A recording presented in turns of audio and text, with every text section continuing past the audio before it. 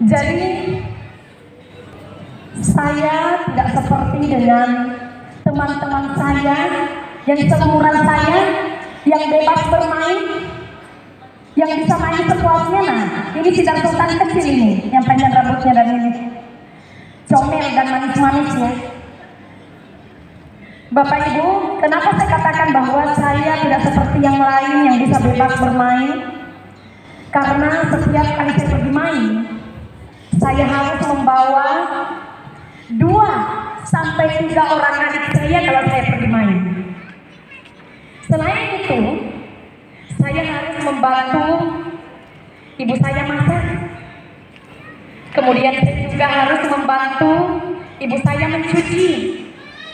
Dan seringkali saya pergi ke kali, pergi ke sungai sendiri mencuci beol adik-adik saya. Karena dulu belum ada popok Bapak Ibu ya, jadi beolnya di sarung. Selain itu Bapak Ibu, kalau hari libur, hari Minggu, saya harus pergi mencari kayu bakar. Kemudian saya juga pungut kemiri, saya petik coklat, saya juga petik kopi Bapak Ibu. Di saat saya kelas 3 SD, sebab satu dan lain hal, sehingga orang tua saya harus tinggal di rumah kebun. Jadi kami sekeluarga ke rumah kebun lah Bapak Ibu. Sebenarnya sih bukan rumah kebun, gubuk Bapak Ibu ya. Namun yang paling saya ingat dan sangat membekas sampai hari ini, ketika ibu saya sangat butuh uang dan mengutang kepada salah seorang keluarga kami senilai Rp50.000 Bapak Ibu, dengan perjanjian bahwa uang Rp50.000 itu harus dibayar pakai pasir. Kenapa? Karena keluarga saya itu mau buat bak air, penampungan air di kampung Bapak Ibu.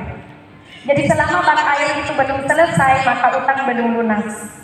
Jadi sejak hari itu, setiap hari sepulang saya sekolah, saya juga harus membantu ibu saya di sungai untuk mengais pasir, mengangkat pasir untuk menepi Bapak Ibu, dibawa ke tepi sungai. Kenapa?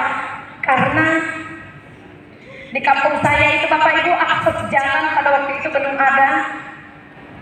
Jangankan mobil, 1 unit motor pun belum ada Bapak Ibu, dia 1 unit pada waktu itu.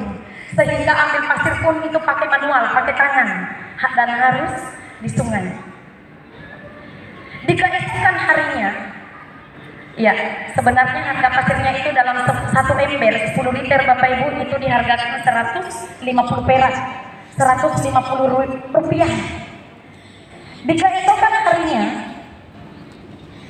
sebelum ke sekolah jam 6 pagi, saya sudah harus ke sungai untuk mengangkut pasir yang sudah diangkat itu untuk dibawa ke rumah orang yang tempat ibu saya mengutang Bapak Ibu.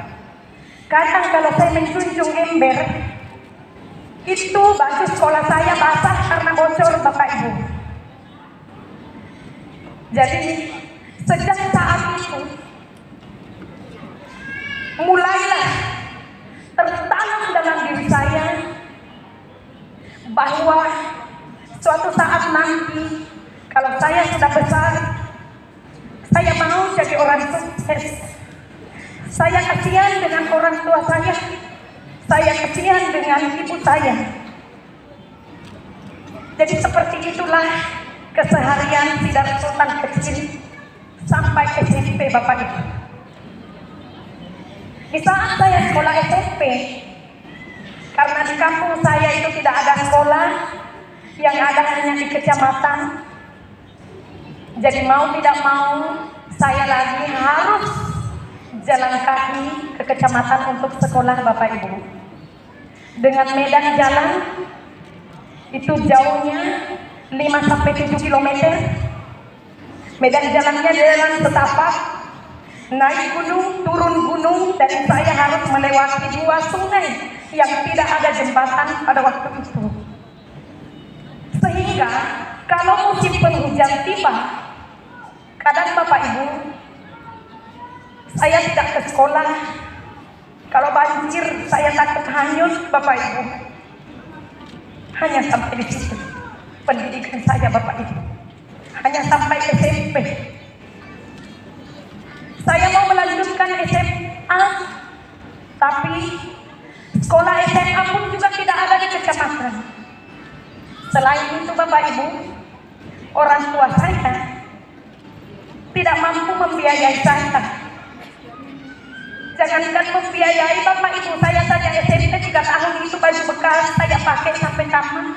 Sepatu pun koyak-koyak saya pakai sampai tamat.